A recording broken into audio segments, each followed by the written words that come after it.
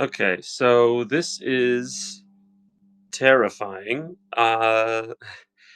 Hello, I'm Sam Z. I am the author behind Culture Boy. I'm currently talking to myself, and that's fine because this is totally an experiment. I've never done this, gone live on Substack before. I thought that I would um, take this opportunity to do something live that I think would only really appeal to a Substack crowd, and apparently it only appeals to myself right now, and that's like 100% fine. It's also going live at a weird time, so I can't expect people to want to deep study the things that I'm interested in, 5 minutes of 9 p.m. Eastern Standard Time. But I've got, I was sitting here listening to the Brutalist soundtrack and deep reading a Don DeLillo essay. And I just thought, this is something that I'm doing for my benefit. Um, there's a fellow named Omari Harabin who is very good at sharing his abilities in web design as soon as he gets them, and so I'm trying to follow in that same spirit by doing this, but with writing, not with web design. What is the design of an essay? So uh, for the past few days, a couple days ago, I found this textbook called The Writer's Presence at one of the free libraries in my local village of Brooklyn, New York. And it's been, I don't know, I cracked it. I've had it for a few months, but I cracked it open recently just because I was beginning of the year and just thinking, like, what um uh oh, hey, Carol, welcome to the live stream. It's just the two of us here. So I'm talking about this book that I found, this book, The Writer's Presence. It is a textbook on writing, and I haven't really dove into it previous to today. Well, earlier this week, really, when I said to myself, I want to start this new year out strong with writing. I want to, like, learn how to write. I really want to learn, and so I'm just kind of like looking around my ample bookshelf, thinking, what are the books that can help me get to this path? And certainly I think any kind of reading is helpful, but this one stuck out to me as one that I'd collected, thinking, because it is a textbook, and it's full of what I assume is, someone assumes to be, the greatest writing in that one person's mind, or these two people, Donald McQuaid and Robert Atwan.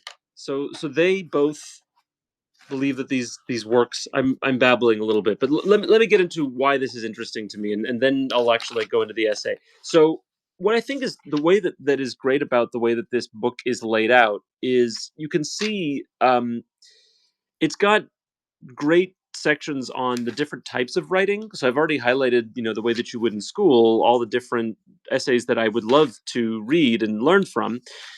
But the part that I think is actually really helpful for me and for anybody who's going to be joining me on this journey, um, is, um, let's see, the sections arranged by common rhetorical modes and patterns of development.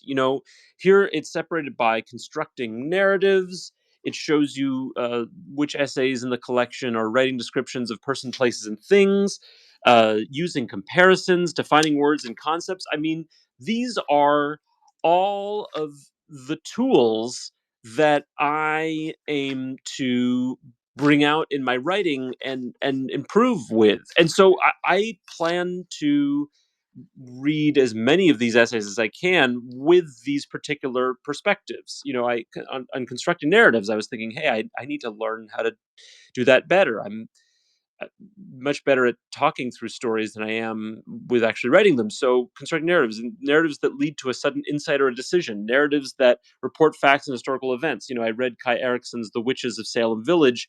It was a fantastic essay, And I got just so many ideas on if I need to do something like that, how I can really do that. So the one that I'm going to talk about tonight is narratives that illustrate a position or a philosophical perspective. And I chose, just because I, I've always wanted to read him deeper, Don DeLillo's In the Ruins of the Future: Reflections on Terror, Loss, and Time in the Shadow of September. So let's go to that lovely post-it page. I also put some Brutalist soundtrack on in the background. Just sounds kind of appropriate. So this is an essay. Um,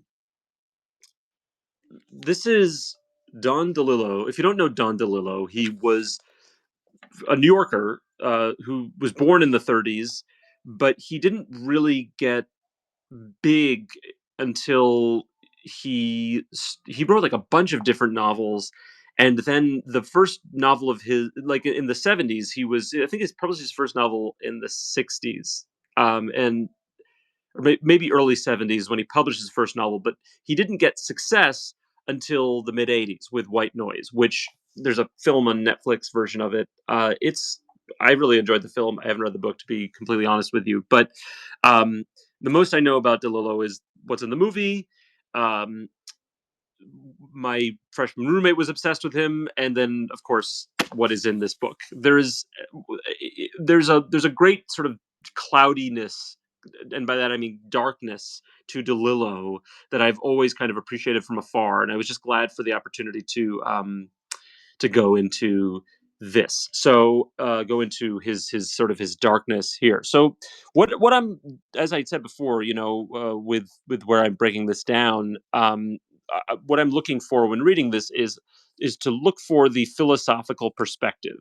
That's the area of the book that I found this in, and I want to think about that. But fortunately, the perspective is right there already. It's the perspective is right in the first paragraph. Basically, um, what I've done here is I've broken it down.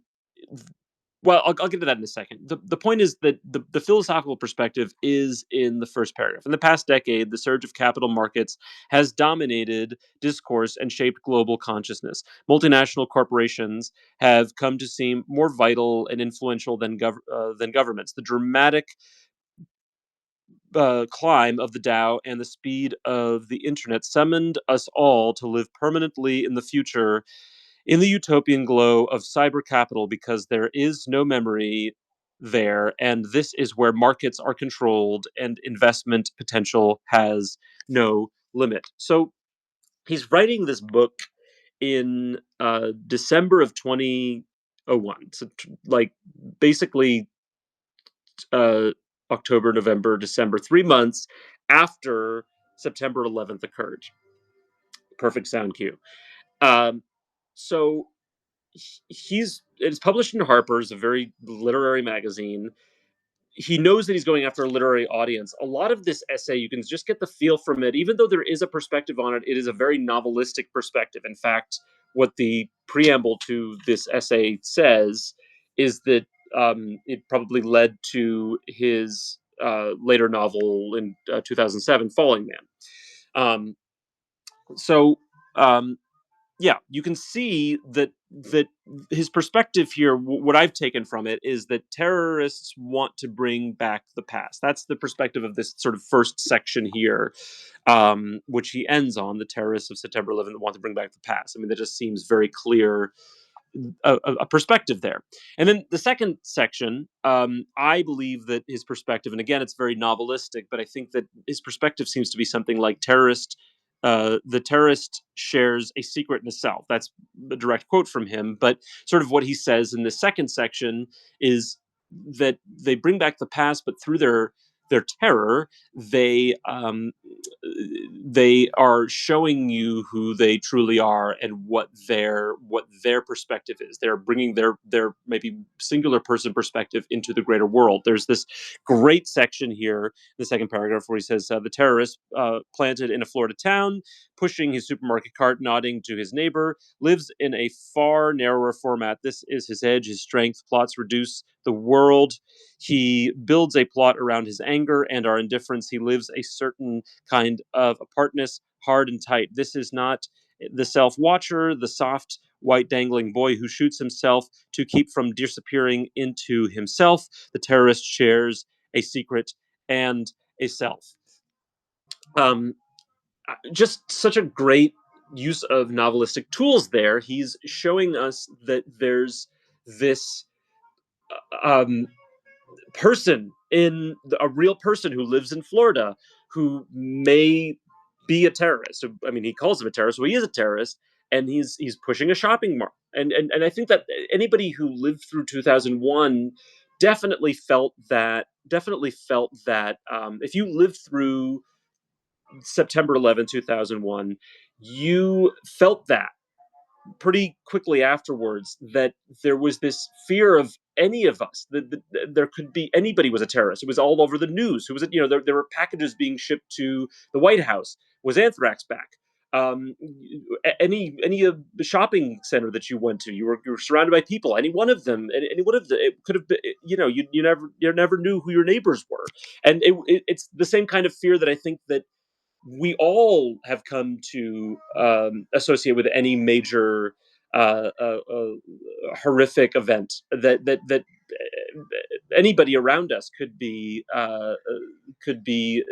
enacting any kind of violence at any moment. So I think that what DeLillo is hitting upon here is something that is very very good to do in an essay, which is to bring something that feels present and of the moment, but then also for all time. And it works well because what he is talking about, I mean, it's in the title, is In the Ruins of the Future, Reflections on Terror, Loss, and Time in the Shadow of September. Like it is about the future, it's also about now. So the terrorists want to bring back the past, but he also is using the powers of the present that he has to make his small perspective big. So, section three, I had here the perspective, the philosophical perspective is the stories aren't the full story. And in this section, I'll just revise it for you, or summarize it for you rather. He's blending a lot of different perspectives. I don't know if they're true. I can't verify if they're actually true. If anybody knows, I'd be curious to know. But they're just various stories that he talks sort of about the stories that we were all hearing around this time, and and showing us how they made the very big thing that happened on September 11th feel personal. So the stories, they take us beyond the hard numbers of dead and missing and give us a glimpse of the elevated being. For 100 who are arbitrarily dead, we need to find one person saved by a flash of forewarning. There are configurations that chill and awe us both. Two women on two planes, best of friends who die together and apart, Tower 1 and Tower 2. What desolate epic tragedy might bear the weight of such juxtaposition? But we can also ask what symmetry, bleak and touching both, takes one friend, spares the other's grief. I mean, again, using a novelist's toolkit to give us empathy for all of the thousands of people who died on September 11th. And truly, like, I think that it's incredibly effective. It really brings us into this moment so that he can hit us with these giant sweeping philosophical arguments like this is also the counter narrative, a shadow history of false memories and imagined loss. The internet is a counter narrative shaped in part by rumor, fantasy, and mystical reverberation. So one of the things I'm going to take away about this essay, about writing essays in general, is that you can make a giant philosophical argument, but it will serve me in the end to bring the giant argument smaller, to make it feel personal via personal narratives. And I try to do that, I think, already, but this is helping me to kind of define it further.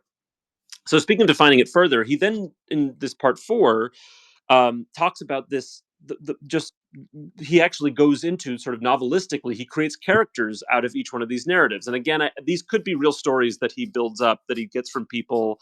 I i truly don't know. I would assume that Harper's has fact checkers and that they wouldn't have let him publish anything if it was completely made up, but who truly knows? And it almost doesn't matter to me, because the stories are so true. I mean, he's talking about, Ash was spattering the windows, Karen was half dressed grabbing the kids and trying to put some clothes, and talking with her husband and scooping things to take out to the corridor. And they looked at her, twin girls, as if she had 14 heads. They stayed in the corridor for a while, thinking there might be secondary explosions. They waited and began to feel safer and went back to the apartment. At the next impact, Mark knew in the sheerest sound, a second before the shock wave broadsided their building, that it was a second plane, impossible, striking the second tower. Their building was 2 blocks away, and he thought the first crash was an accident. So these are all people, in New York. He's sort of bouncing around with all these different uh, perspectives to show just how broad the impact was. And again, he starts small, but he blows it out to be bigger. And in some ways, I think that kind of beautifully mirrors how the actual attack occurred. That it was a very, at first we didn't know that it was going to be more than just a plane crash. It was the one plane, there was the two planes, and then it was one tower fell, and then a second tower fell, and then all the dust settled, and we still didn't know if it was over. So it really, this is such an artistic way to construct an essay. And one of the things another thing that I think I'm going to take away from this is that, content dictates form. If you're going to be writing about September 11th, think about how the experience felt for people, not just the people who were there, but the people who were watching it. We all were watching it, and what was that experience for people, and how can that make its way into the way that the narrative unfolds, to give people that experience a second time. That's just an extra, I think, artful layer to give. um, Section 5, he goes into technology, which is a very DeLillo thing. I've come to understand technology is our fate, our truth. It is what we mean when we call ourselves the only superpower on the planet. I think that is pretty clearly his philosophical intent here. His philosophical perspective is just that is what we have made, um, this out to be, and that September 11th was so much about a reaction to the technology, and about the United States as a global superpower, and how our perspective on technology is in part what led to, this hatred of America that then I think led to the attack. The World Trade Towers were not only an emblem of advanced technology, but a justification in a sense for technology's irresistible will to realize in solid form whatever becomes theoretically allowable. So I had to read that sentence a lot of times, but I think I get it now. It's sort of like, the theory of world trade being the center of New York City, and being, I think, at one point the largest building on earth. And if it can't be the largest, build two of them. That, if you can dream it, you can do it. That's the American dream, and that becomes the symbol of everything. That if technology is what has allowed, the American dream to exist, and be kind of a global driver of commerce and thought, and reach the minds of international terrorists who want to hate American commerce and all those other things, and want to attack a symbol of American commerce. So again, it's sort of taking that big thing and making it small. Um, Part 6, the event was unreal. He sort of talks about just compares September 11th to the Persian Gulf War, and how, ironically, the Persian Gulf War, um I guess I don't mean ironically. I mean that just symbolically, the Persian Gulf War was the first war, uh, that people watched on basic television, basic cable. I think that's a quote from Carlin. People watched it unfold, and that he's relating this. this common knowledge that people had trouble separating the war from the coverage of the war. After the first euphoric days, coverage became limited. The rush of watching all that eerie green light, the night vision footage shot from fighter jets in combat had been so intense that it became hard to honor the fact that the war was still going on untelevised. And then comparatively, um, there's there's the event of September 11th, how we were watching that, that was a proof that the 24-hour news networks could show a tragedy on television forever and that people would continue watching it. I mean, the viewership during September 11th, I think I read somewhere, was the highest of all time, and I think maintained that record for a long time. So it's not surprising to know that, to realize that, but just sort of having it down in words, I think, is incredibly valuable. And that, I think, is another sort of one of his philosophical perspectives. He doesn't quite say it other what that has to do with technology, except that it comes right up against the previous section talking about the technology and the way that our technology um, communicates the American perspective to the world. That television is another one of those technologies that is American created and works to develop an American idea mindset to communicate our perspectives to the world. Um, then section 7, America. I think his perspective would be America did not invent the future. Um, uh, Sort of going back to the title, like delivering on the promise of the title, we'd like to think that America invented the future. We are comfortable with the future, intimate with it, but there are disturbances now in large and small ways, a chain of reconsiderations where we live, how we travel, what we think about when we look at our children. For many people, the event has changed the grain of the most routine moment.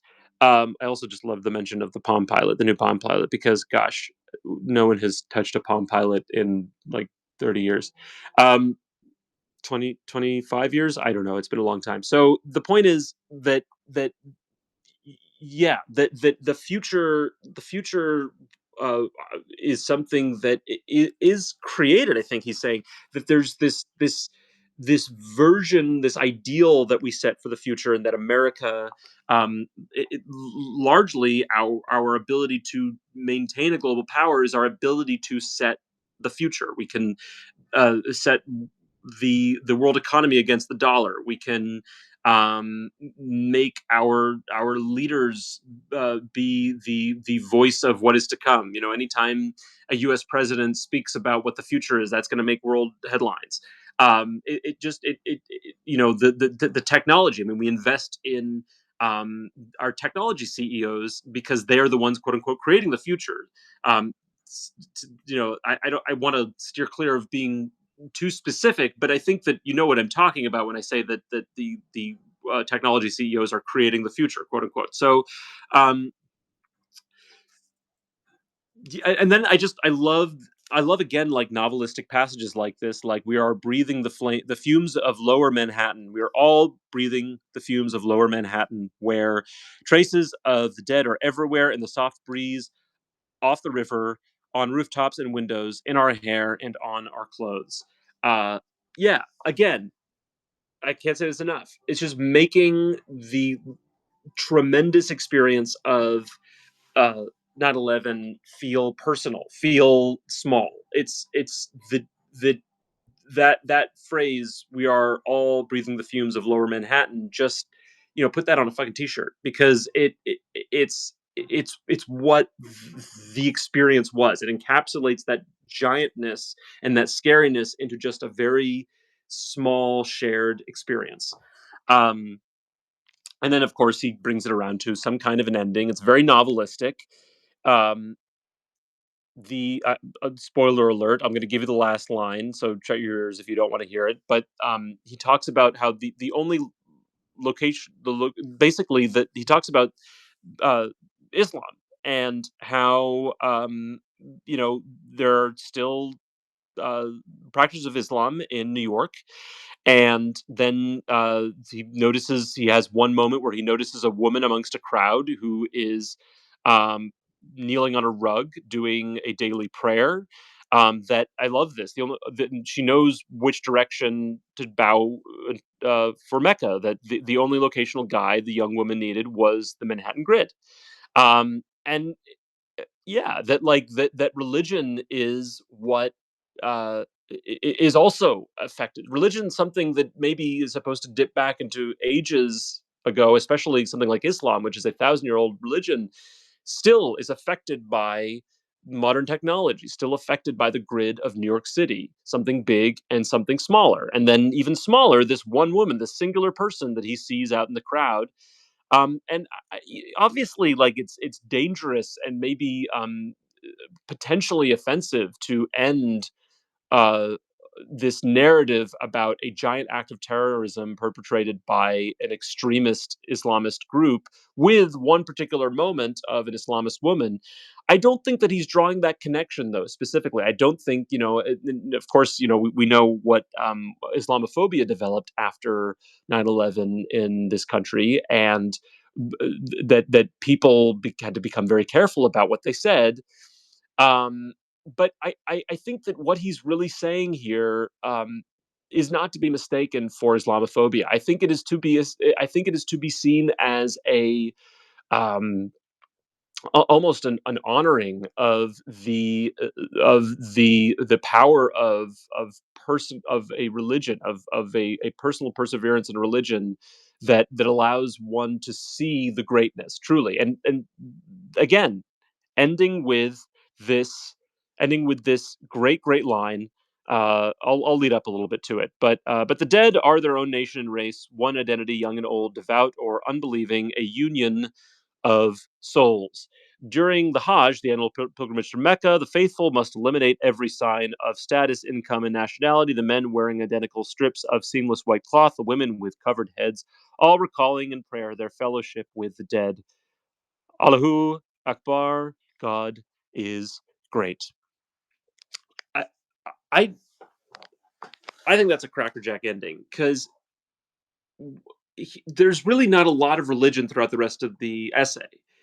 He brings the religion in just at the end, and it's not just one person's religion either. I really think that it is everybody's religion. I think that it is um, the connection is not between Islamism and terrorism; it's between Islam, more generally religion, God and technology.